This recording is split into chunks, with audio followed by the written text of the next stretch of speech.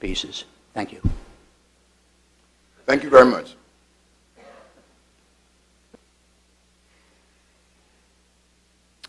Good evening, board members. My name is David DeRue, and I represent the Berry Plains Property Owners Association in King George County, Virginia.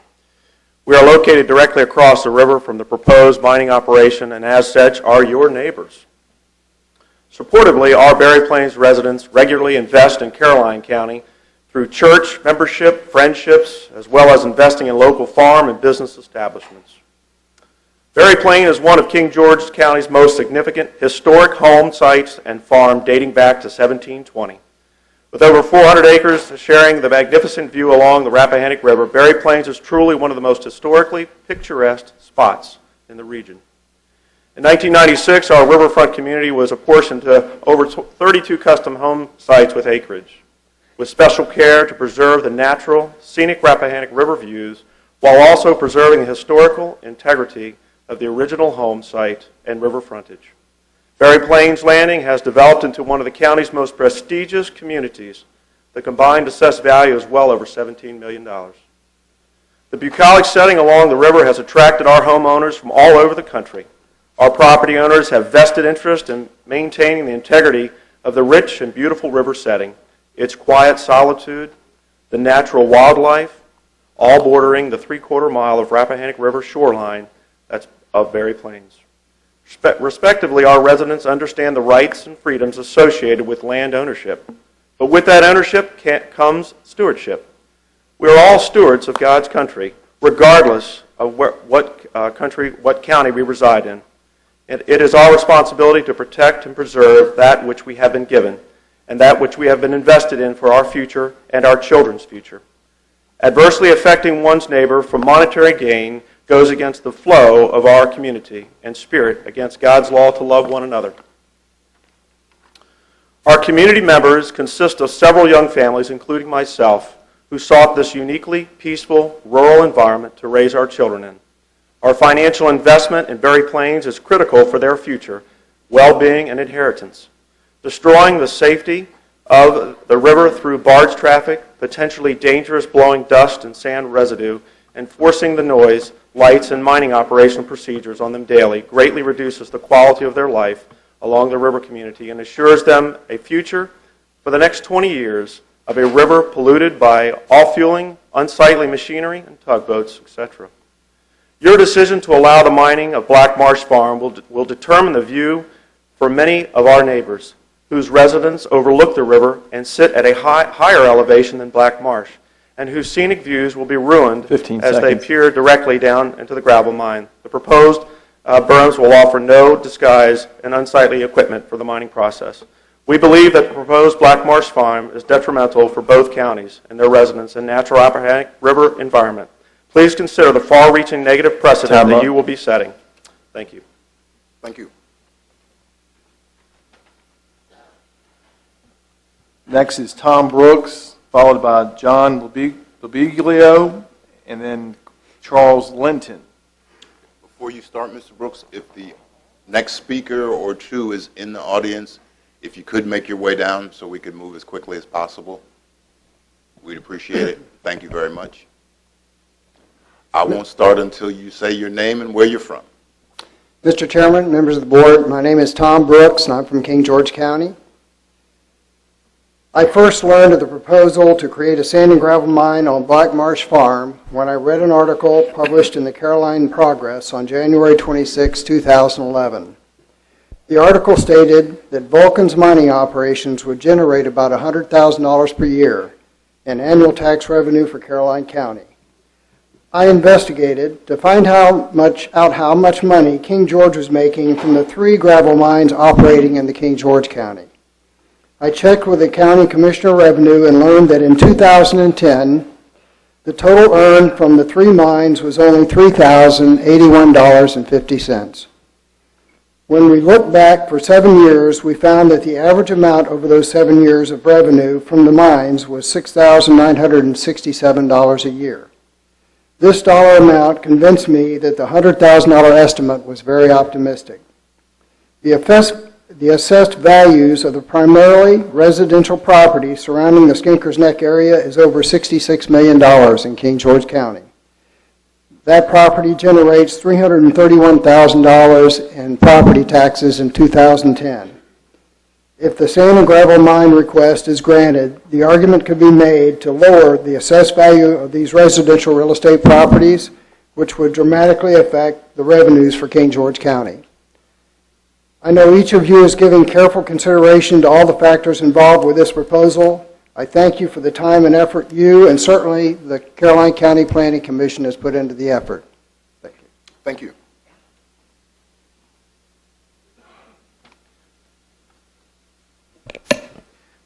Good evening, Chairman and other board members of Caroline County. My name is John Labulio from King George County, and I'd like to state that I'm also on the King George Board of Supervisors from the Monroe District.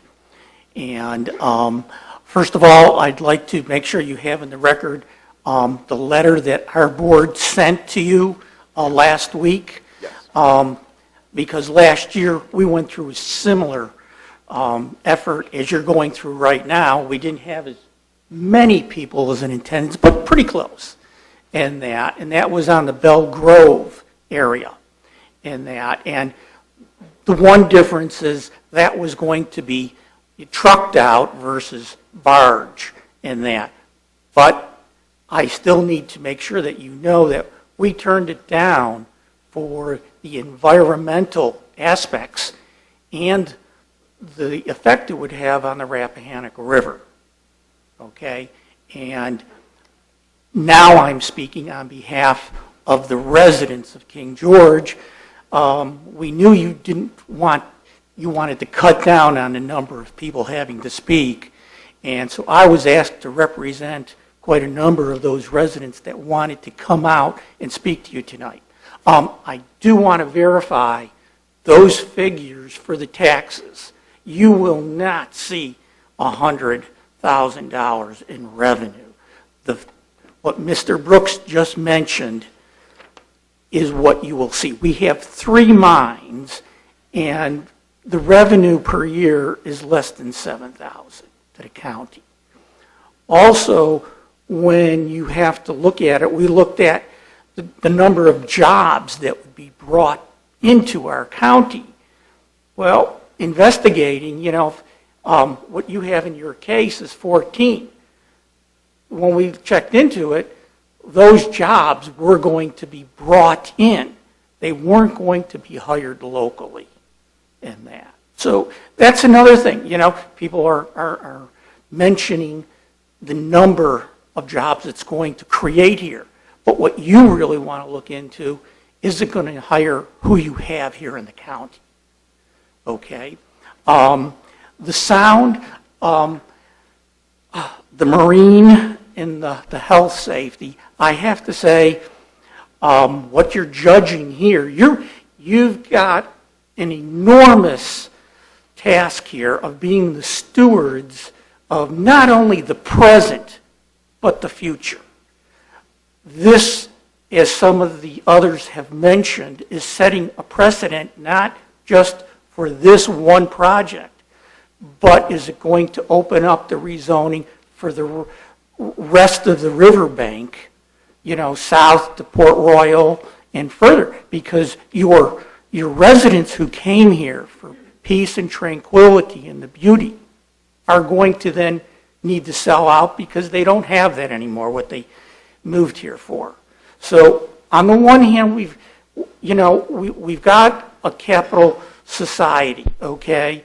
But you also, and that's why we have the laws, the comprehensive plan, and the zoning districts marked out, because you need to balance what's going to be taken in and be benefit to one party, and what's it affect. If it affects many, you have to make that balance. And that's what's on your shoulders. And it's a difficult task in that. And I do want to point out the reclamation. Every time I've ever been to the one that we had in our county, this one, and many others. Take off the name, okay? Because this applies to all of them. In that, when they talk of reclamation and show you pictures, what you really need to do is go out and look at some that are the closest. And I'd like to point out the ones on Route 3 over near between Dogue and the Stafford line in that, on the west side of our county. They're just filled in holes in the ground, okay? There's no farming along the banks. It hasn't been turned into anything, and it's, that water isn't used for anything. It isn't used for 15 irrigation. seconds remaining. Okay. I'd also like to say, on their petitions, okay, what was behind getting all the signatures on their petitions? If you need to look at, was there some type of benefit provided, for the backing and that? So, you have a lot, and I'd just like to ask you to take all the environmental aspects into consideration, and on behalf of the King George residents, to turn it down. Thank you. Thank you. And I guess you realize that was a little more than 3 minutes, but we extended the courtesy as the King George Board of Supervisors to give you time as a group, and if we're ever in King George, we would expect the same. You're next, sir. I'm Charles Linton from Woodford, and I'm in the Madison district. Oh, wait a minute, is that Madison or Port Royal? Port Royal, okay. My wife and I wrote you a letter, and it's on file, I'm sure, with you. And for the folks that are unfamiliar with that letter, that haven't read the progress, I suggest that they go to the progress tomorrow morning and get a copy of last week's paper so they'll know what I wrote. I don't envy you your job, gentlemen. Tonight, you're known as the BOS, Board of Supervisors. But tomorrow, you may be the recipient of the reverse of that by certain people.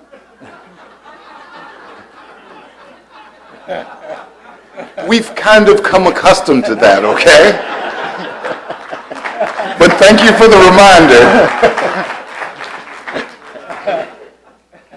You have before you the letter my wife and I have submitted asking you to approve Black Marsh Farms' request. We thought long and hard before entering the fray, and don't do so frivolously. Pat and I feel very strongly that you, as our representatives, need to send a strong message that you want desirable industry utilizing the county's available manpower, natural resources, infrastructure, space, and business-friendly environment. Your approval of this project will send a strong message that the county is not going back to the antebellum days for the sake of a few disgruntled folks. Please honor us with your favorable vote. Thank you very much. Thank you, sir, and thank you for the reminders. Next. Wait I'm sorry. a second. Folks, I didn't say this at the beginning, but please, no applause, because if I let you applaud, I have to let you boo, and we really can't have that. So I understand it's very emotional, and folks have a lot of opinion, but if we could refrain from the public displays of your side, we'd appreciate it. Mr. Parton. Next three speakers, John Clark, Don Davenport, and Angus Muir. John Clark.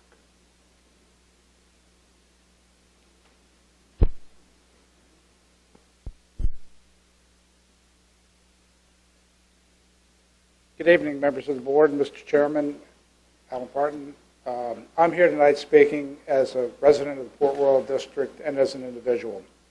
I would urge you all to listen to my concerns. I have concerns about the environmental aspects of this project, the Rappahannock River, the water quality, and the ability of Caroline County to ultimately withdraw water from the Rappahannock, which we will use for benefit of all citizens.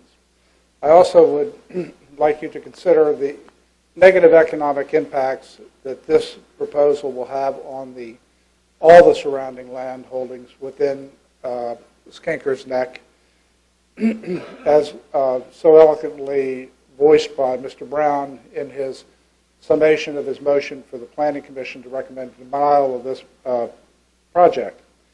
And thirdly, the comprehensive plan, which you all have worked with for over 20 years in this particular area, and I have witnessed the work on the comp plan, and I will leave that summation, which was done by former board member Calvin Taylor, in his view of the sanctity of the resource-sensitive area, the Rappahannock River Valley, and the good work that both current and former board members have done to preserve the rural character of that end of Caroline County. And I would urge you to vote no on this proposal. Thank you very much for your time this evening. Thank you.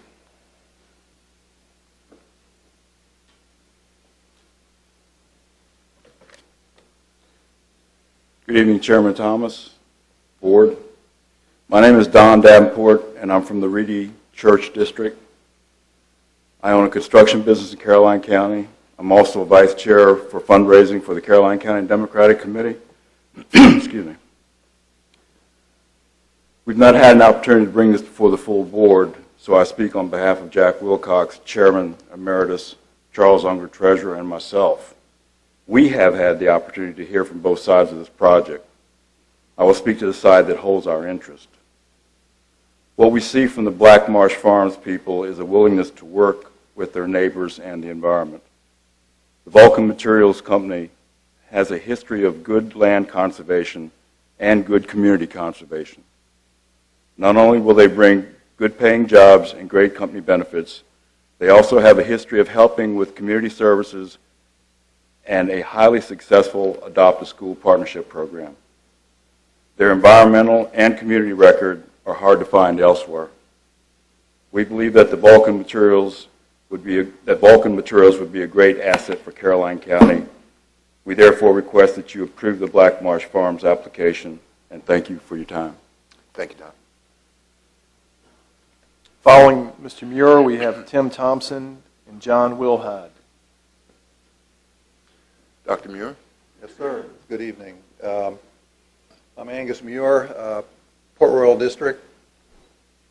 And because of the time, again, and the fact that I've been fortunate to have a couple letters in the Caroline Progress and had a chance to talk at the Planning Commission meeting, principally about the association of silica dust and lung cancer, silicosis and lung cancer.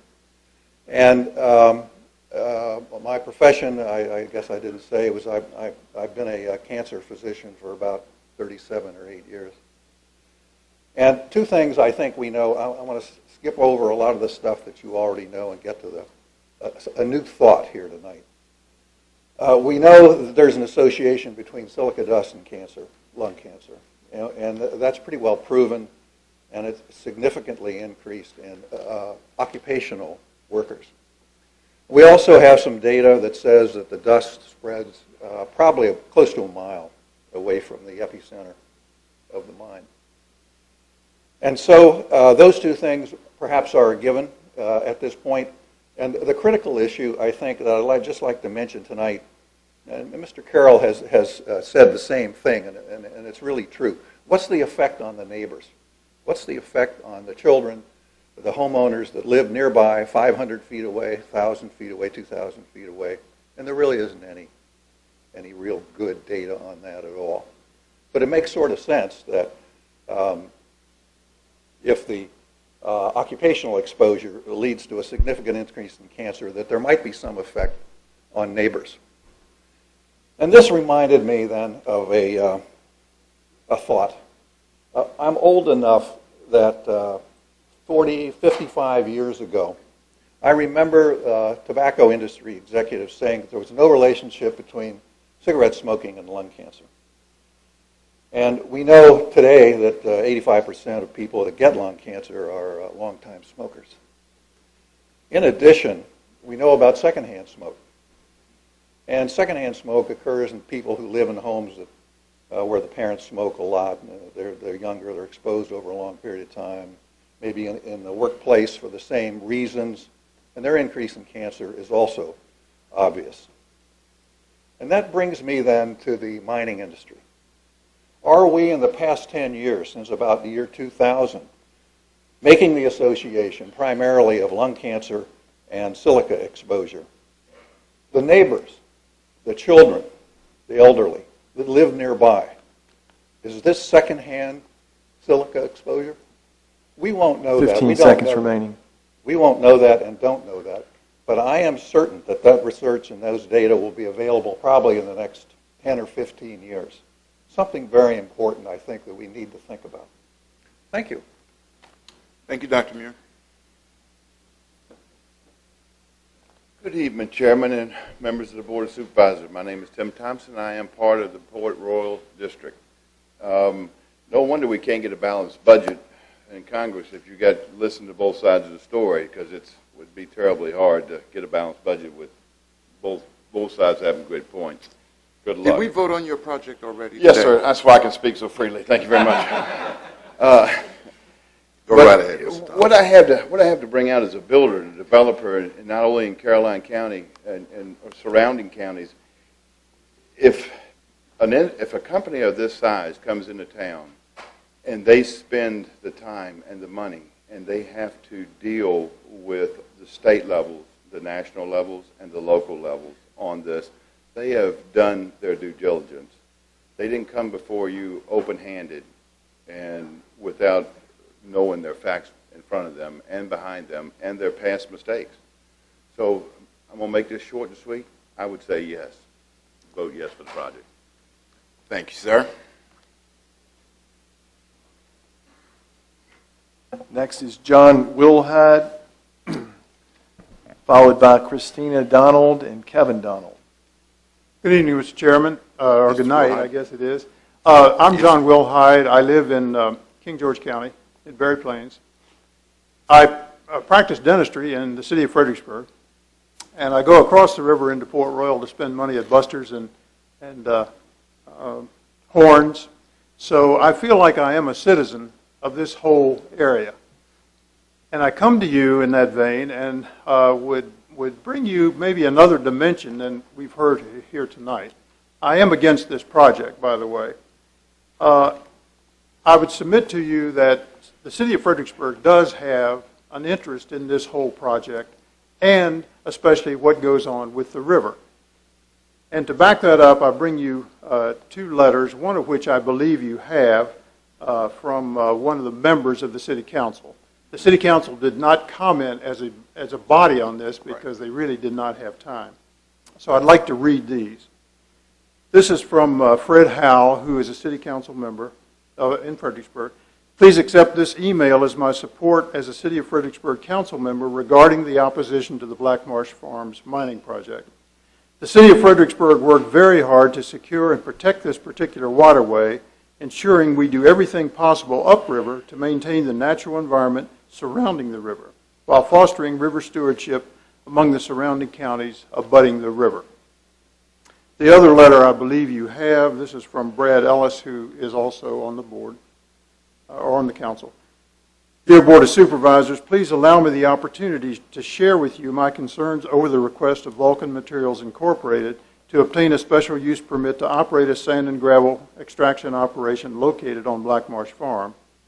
As a representative on Fredericksburg City Council, I do not make it a regular practice to involve myself in issues outside the city of Fredericksburg. However, I feel compelled to convey my sincere concern over the request of Black Marsh Farms. I have read with great interest the variety of supporting documentation provided by many of the concerned citizens living in and around the affected area of this request. I firmly believe the mining activities proposed would negatively affect neighboring property values and the Rappahannock River. From a regional perspective, the latter effect is what concerns me the most. The Rappahannock River is a tremendous regional asset, and I feel we must do everything within our ability to protect and preserve this gem. As stewards and beneficiaries of one of our most valuable natural assets, I want to convey my deep desire to retain the natural beauty of the Rappahannock River and therefore oppose any development actions that would affect it adversely. This is from Brad Ellis. I would say to you that your comprehensive plan that 15 you seconds remaining.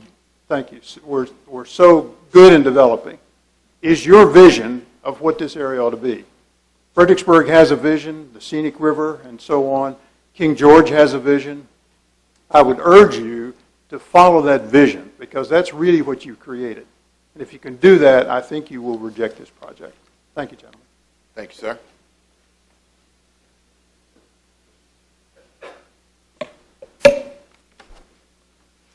Thank you, Mr. Supervisor and board members. My name is Christina, and I am a member of Caroline County, and I reside there as well. I also have lived in this area for 21 years. When I initially moved here, we lived not far off the Rappahannock River, and that's one of the first things that I fell in love with this county. I have a lot of memories as a teenager with my father playing on the river, a lot of fishing memories. I also have 5 kids that I hope that the river always stays around for them. And I want you to know that the amount of time I spent, my husband and I, researching this project, sitting down with many people, that under no circumstances would I support this if I saw any evidence that it would be harmful to the river or to the land. I'd also like to address the matter that was brought up about the signatures. Was anybody bribed anywhere, given anything? I was out there getting those signatures, and the only thing I got was a lot of sweat and a low gas tank. But I can tell you that I looked into the eyes of a lot of local business owners.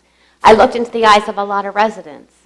And what I can tell you is I saw a lot of deprivation, a lot. Having kids in the school system here, I have 1 in elementary, 2 in middle, 1 in high school, and 1 that graduated. I know firsthand from volunteering at the schools in the desperate state that they're in. I also understand that this is going to affect surrounding counties, but us being a sister county, we're supposed to all stick together to help our counties grow. And as far as the $100,000 revenue, Vulcan would not throw out that number if they didn't have anything to support it. I don't know about these other 3 plants there, but as you learned about their background, their charitable donations to the schools, to the local fire and rescues, the $100,000 of revenue, not to mention, the point is the river is going to be in a better state after the process happens. And my husband's worked for the company for 10 years. I'm amazed at what they do for the counties. Stafford County, they say that the best neighbors that they've ever had, the Vulcan plant there. I know that one thing, too, for Albert, I've been to his home, and it's absolutely beautiful. A beautiful home like that, and the site is breathtaking. Why would anybody want to do something to damage that? He's lived there, for over 20 years. And I can tell you that after this project, Albert will finally get to start seeing and enjoying the fruits of his labors again because it's going to be 50% more fertile. And wild, it's not like he's got to wait all that time. They're going to, Vulcan's very meticulous about how it does that.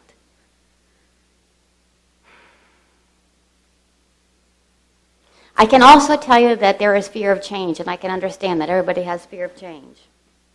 And the fear of the unknown. And I can understand people's point about, is this going to start a domino effect? Change is necessary in this county, or perish we will. That's how 15 growth seconds happens. remaining.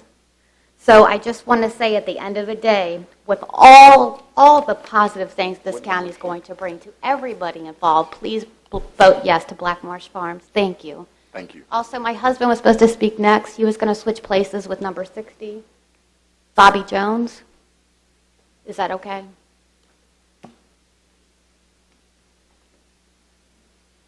My name is Bobby Jones. I'm Port Royal District. I just listened to Dr. Muir, and I've been following his speaking and writing and so forth. He just come up before you and says that he doesn't know what the effects are. Well, I do know what the effects are. I have a master's degree in occupational education. I have done my doctoral work at SUNY in environmental with emphasis on particulates. And I sat on the board for the Virginia Department of Environmental Quality.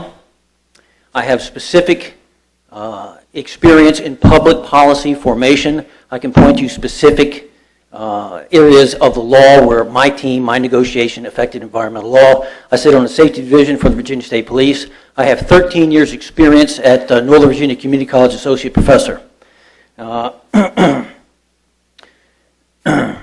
Dr. Muir's been saying that he's implying these silica and so forth. Do you know there's not been one single documented silica case of silicosis that was non-occupational related? Not ever, okay? We in the community college, we prepare our students for occupations and prep them for silica exposure, primarily in glass working, ceramic working, foundry work, and bead blasting, sand blasting, and construction that requires heavy grinding. This, what he's talking about in this Vulcan situation displays an amazing, an embarrassing amount of non-understanding of the process. They're effectively moving wet sand, and the DEQ does not even require respirators to be worn by the workers at the site, and to imply that somehow that the people surrounding in the neighborhoods are going to be exposed to the same level as the workers, I point out to you that the workers are not even required to wear respirators. And to say these things, to bring these things up is the equivalent of a fireman in full dress walking into a firehouse and saying that not only is this place going to catch on fire, but there's a large percentage that it's going to. That's an abusive credential. And it would be laughable. I could laugh it off, except for that people in the VCCS, in the Virginia Community College System, are quite passionate about our students and their outcome. We're very involved. We could have taught in universities, but we don't want to publish. We choose to be involved with our students. We're very passionate about it. I've trained thousands of students for various occupations, construction and so forth. And if we thought that we were sending them to their deaths, and that's in point in fact what Dr. Muir is saying. He's saying that we are sending people to certain silicosis exposures, as articles in the paper said, it's 10 times that of the general population, even with prescribed respirators, and that's just not true. I've talked to the NSGGA, I've done all research on this, I have a lot of experience with this. 15 seconds it's remaining. it's not true. And to scare the public, I'm sure Dr. Muir is aware of the placebo effect, and I wonder if he remembers his Hippocratic oath to do no harm. He's harming the community by scaring them unnecessarily with his cancer scare. It reminds me of the McCarthy hearings, when Jeffrey Welch turned around and said to Joseph McCarthy, "Sir, have you no shame?" Thank you. Mr. Jones, thank you. As a curiosity, which SUNY was that? I went to the SUNY system. The SUNY system? System.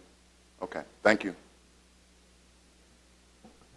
Next, Pete Jordan, followed by Carol Thomas Horton, representing Concerned Citizens of Caroline, followed by Joe DeGraff, I believe.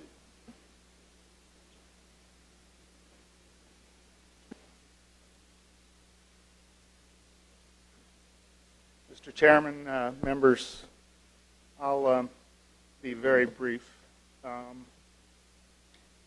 I did not bring a PowerPoint. I did not write a speech. I live in Fredericksburg. I am a direct descendant of King Carter and Robert E. Lee, and I'm also a member of the Cherokee Nation. If you'd like more than that, I can provide it to the committee. I have spent my entire professional career in service to this country. 26 years in the Air Force as a retired colonel.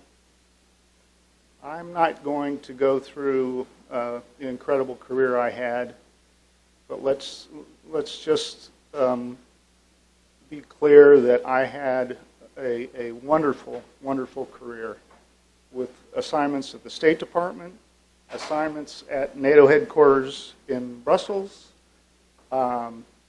senior advisor to the ambassador in Brussels.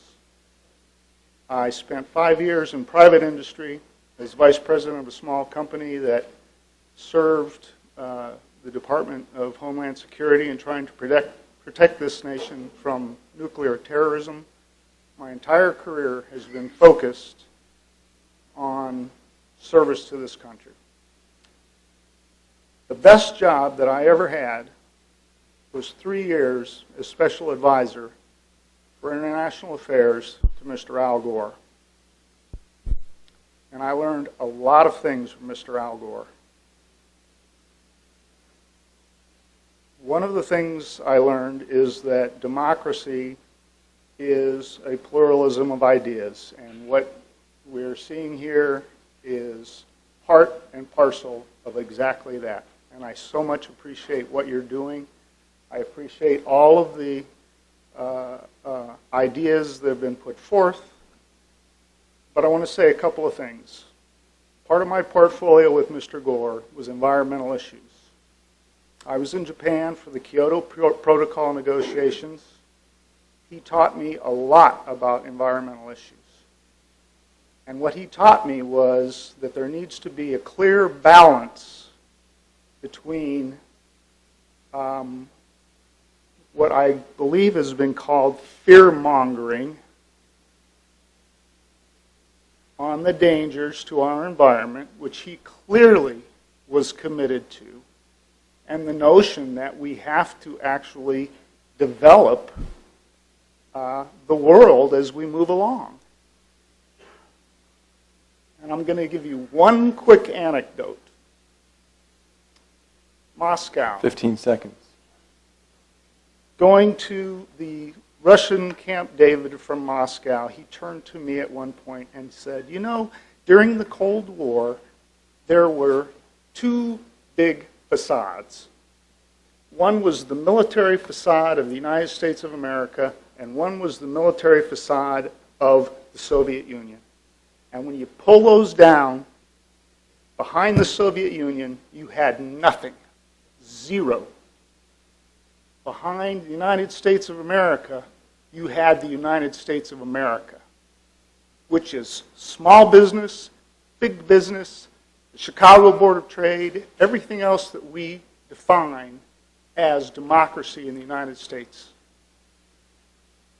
And I think it's a travesty, to be honest with you, that we are even having to challenge this man on these issues. Due diligence has been done. You need to look at what's been presented to you Time's up. and make a decision. But it's you know, it's quite clear to me. Thank you.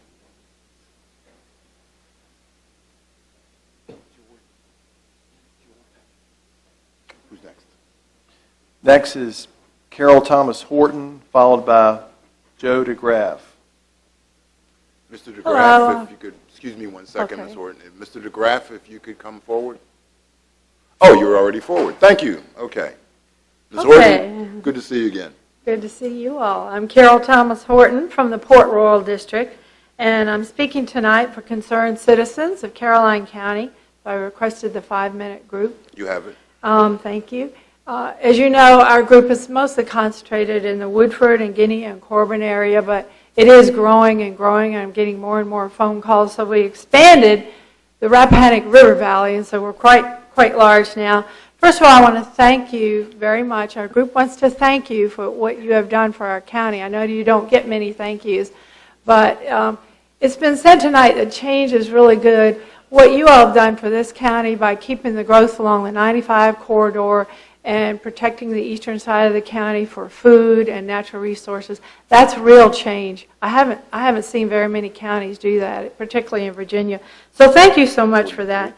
Tonight we're asking that you deny this permit for mining. There are several reasons, and I'll just try to be as brief as I can. One of them is we are questioning the $100,000 a year that's supposed to bring revenue in. We'd like you to look into that carefully because we haven't seen any evidence of that yet. I know in that area there's another mine, Haymount, that's been there quite a while, and we've gotten figures that that's only bringing in $7,000 a year in taxes.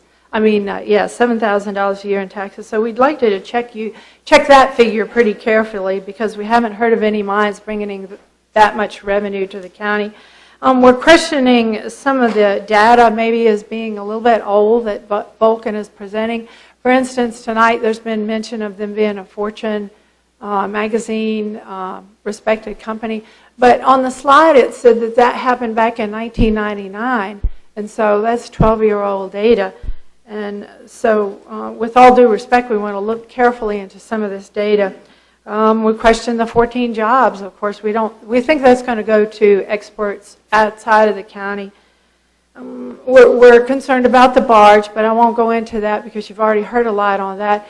But one thing that hasn't been brought up, when we have problems with these barges, we really think that they're going to apply for a variance at some point down the road, and then we're going to end up with the gravel trucks on the road again, and we know what kind of problems that can create.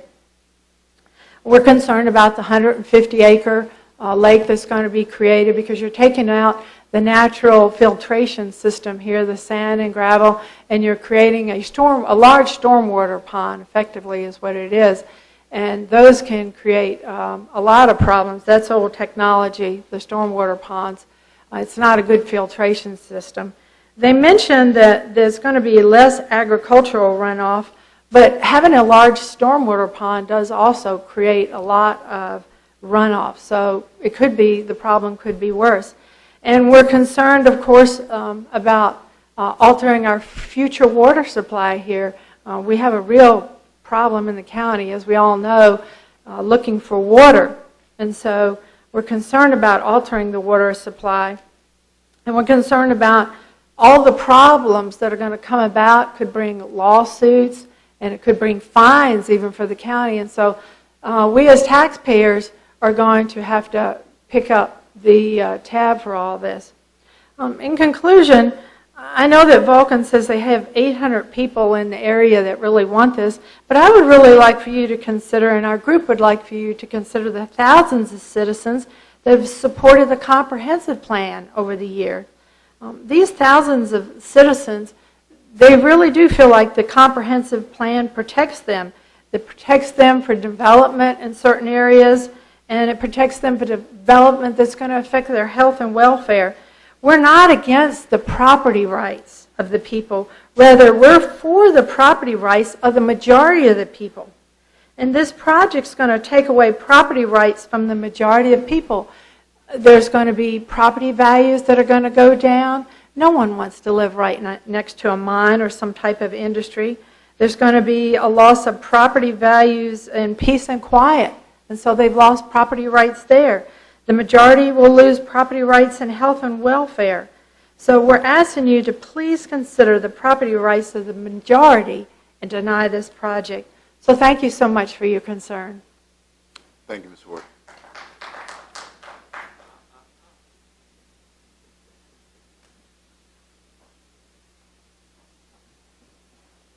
Following Mr. DeGraff, we have Alex Long and Jane Kaiser. And we're going to take a break after those. We're on what? Okay, so we're on 43. Mr. Chairman, my name is Jody Graff. I live in the Skinkers Neck area. Less than 2 miles away from where this pit's going to take effect by road. If I go by air, I'm probably about a quarter mile away. As you can see, I am for it. I spent 33 years of my working years out in the environmental industry. A lot of my time was spent policing quarries. And when I say quarries, I don't mean a sand and gravel pit. And that was really nothing, and to this day, compared to quarries, it's nothing. But yet, there is concerns. One of the concerns is barging. Most barging is done after midnight on the rivers. And I think I understand this one was going to be done after midnight. I know the one across the river, they do most of theirs after midnight. Another thing is barges and tugboats going up and down that river will open that channel and keep it open, which has been a nightmare for years, keeping the channel open. Just check with the Coast Guard, they'll tell you. As far as pollution, and dust and dirt, it's at a minimum anymore with all the environmental laws you have to protect them. They can't do anything on their own. They have, just like they're turning to you folks right now, they have to answer to DEQ and everybody else to make a move, and the environmental. So, you know, I'm for it. I've done it. I think a lot of these people who have gotten up here and spoke tonight need to do their homework. Some of them have, on both sides, and I think some more of them need to do it too on both sides. So, gentlemen, that's all I have to say, and I thank you very much for your time. Thank you, sir. We are what? 44. of 70. Mrs. Carter, you have another list?